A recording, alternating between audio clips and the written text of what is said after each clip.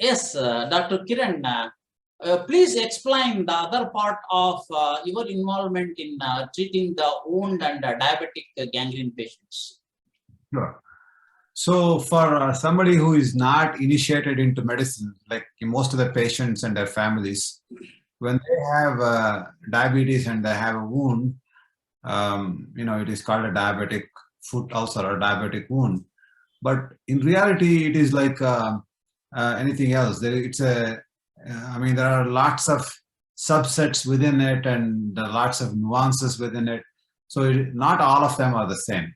Okay. And so the majority of amputations happen, extensive amputations happen in what we call as wet gangrene, or acute diabetic foot infection is the correct term for that. So essentially what happens is that these diabetic patients who are mostly not well controlled diabetics, their sugars are not under control, and maybe because they are non-compliant to medicines or to diet, most of the people don't understand the importance of these things in diabetes management. So they have their uncontrolled diabetes and they get minor injuries, maybe ill-fitting shoes, or most of the times that what we see is that patients go on these religious pilgrimages or temple tours, and they walk on hard surfaces, bare feet, and they get into these injuries that they don't even pick up. And a few days later, they start seeing something wrong in their feet. They actually start seeing pus coming out, or toe has turned red or swollen. This is already a few days into their injury.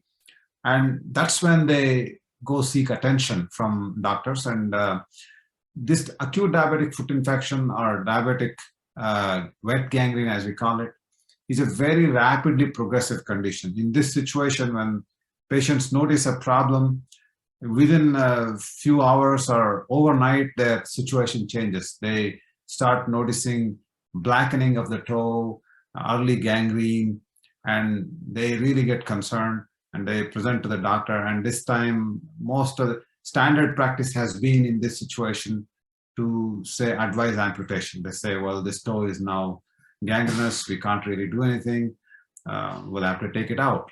And so most of the time, the operator takes out the affected toe. So let's say it's a great toe that's involved, and they take out the great toe, and lo and behold, within a few hours, they notice that second toe turns black now. So now they say, well, we'll have to take out the other toe or part of the foot, and then it may heal or it may not heal, and they start going up, and eventually it may lead to a major amputation below the knee or above the knee. So this is the usual modality. This is how it happens.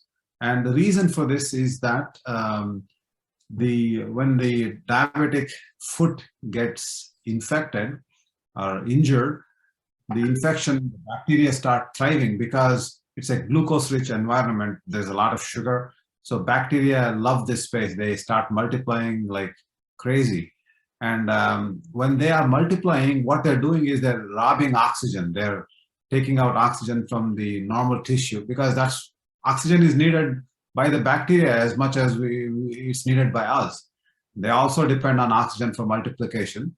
So they're competing with the normal tissues for oxygen. So basically, when they are multiplying like that, the normal tissues get lack of oxygen, and that's why they turn gangrenous. Gangrene is basically lack of oxygen, and the cell is dying. The tissue is dying because of that. So that's when they become black.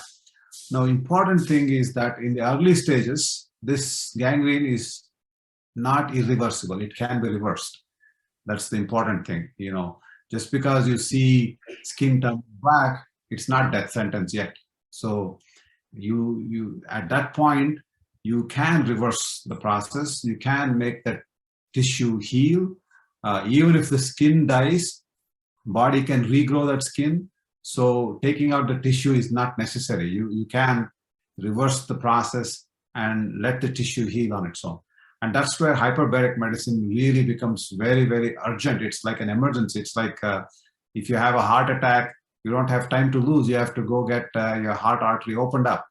Similarly, if you have a diabetic foot ulcer that's turned into gangrene, don't wait. You just rush and get this hyperbaric oxygen treatment right away, because that reversal of hypoxia is the most important thing that will reverse this dying process and bring all these dying tissues back to life.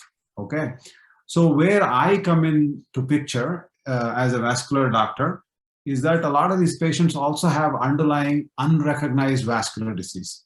See, when you think of a vascular disease, you would expect some symptoms. So, for example, a lot of the times patients have blockages in their arteries in the thigh or in the belly, and these people know that they have a problem because as they start walking, after a certain distance, they start noticing pain in their legs and they have to stop. And when they stop, their pain goes away and they start walking again, the pain comes back. They know there is certain problem here. So this situation in diabetics, a lot of the times patients may not notice that they have a problem because the disease is further down. Their blockages are not in the thigh or in the higher up arteries, but lower down, below the knee, below the ankle, further down, where they may not notice any pain when they walk, because these don't give pain. And sometimes these diabetics are also not very active. They don't do very much physical activity. They not even notice that they have a problem. And lastly, a lot of these diabetics have what is called as neuropathy. Their nerves in the legs are dead because of the uncontrolled diabetes. So their alarm bells are turned off. They don't feel the pain even though they have a condition that should result in pain because their nerves are not active. So a combination of these things will make them not know that they have blocked arteries in their legs. Okay. So you have, as I told you, the underlying basis of gangrene in diabetes is lack of oxygen. That the bacteria are competing for oxygen. So even if you have normal blood vessels and you have this infection, you're liable to develop gangrene. And that situation gets much, much worse if you have underlying blocked arteries, because you now have not even normal levels of oxygen. So you're starting way down and your bacteria are competing, so your chances are really bad. So that's when I come into picture. Whenever patients come into our center with gangrene of their feet, the first thing we do is assess their circulation in the feet. Do they have enough circulation or not? It's a simple exam. You put your hand on the artery, you should be able to feel a pulse, just like people check their pulses in their wrist. You can also feel a pulse in their feet around the ankle, if their pulses are normal or not. And if you don't have a good palpable pulse, then you can basically take a handheld Doppler and look for signals of blood flow. How is the signal? Is it normal? Is it not normal? So a simple 2-minute bedside examination will tell me if the patient's circulation is normal or not. And if it's not normal, then it becomes a sort of an emergency to relieve their circulation problems to save the leg. Now, of course, hyperbaric medicine, hyperbaric therapy, first thing to do in this situation, that you shouldn't lose time on. But after that is done, in a matter of 2 or 3 days, we will know if they're turning around or they're not turning around. And if they're turning around and things are going in the right direction, then we have time on our hand. But if they're not turning around and still not looking good, then if they have a circulation problem, then they should get their circulation addressed, corrected. So as I told you, most of these patients have disease in the very distal areas, below the knee, below the ankle. And so these types of blockages tend to be kind of diffuse, and the entire artery may be blocked from the knee to the ankle. There may be a lot of calcium in there. So trying to get to these arteries can be a little challenging. Normally, we try to get into these arteries by getting in the artery at the level of the groin. but in these situations, we may have to get into the arteries in the foot, coming backwards, etc., etc. So there's a lot of skill set required to address these blockages, and it's a specialty in itself. You have to be trained to do these. Otherwise, easy to say, well, we can't correct this, and sorry, we got to amputate this. So that's where the vascular doctor will come into play. Thank you. Thank you very much, Dr. Kiran. You have very well explained the role of vascular surgery and your role in combination with Dr. Suma HBOT.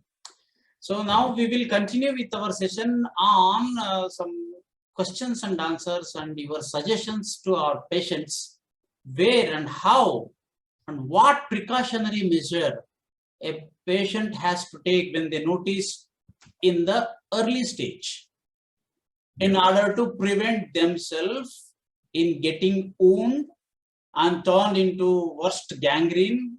And of course, when they turn everything into that, later part will be there. But in spite of that, as you said, if there is a problem in the blood vessel, circulation and all those things, it leads to so many complications.